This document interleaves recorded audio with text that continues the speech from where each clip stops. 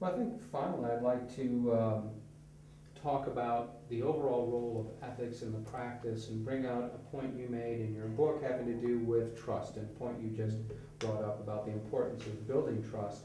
And in your book, I will paraphrase here and correct me if I do it incorrectly, that trust is more than just ethics and more than just compliance.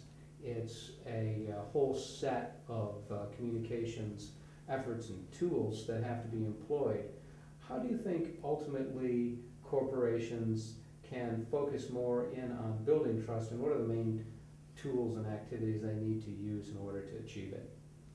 All right. Well, the way the companies can build trust is through fair dealings and honesty with stakeholders that matter. This doesn't mean all stakeholders. I think company, the first thing it has to do is to kind of quantify who are the stakeholders in our success and actually make a list of them and realize these are critical to us. If they are not with us, as Arthur Page says, in a society, a democratic society, if you don't have public, he called it public, I'd say stakeholder support, then you don't have permission to succeed. You don't have permission to go ahead. So understanding that, that's what we're after, is to build trust.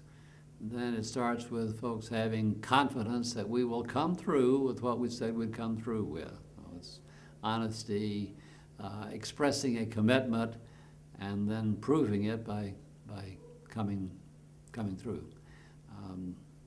Again, back to my formula that over the long term, a company has to show that it is financially accountable, that it's socially accountable, and that it understands public policy and it is involved in that and will not be knocked over by competitors who are more involved in politics than they are.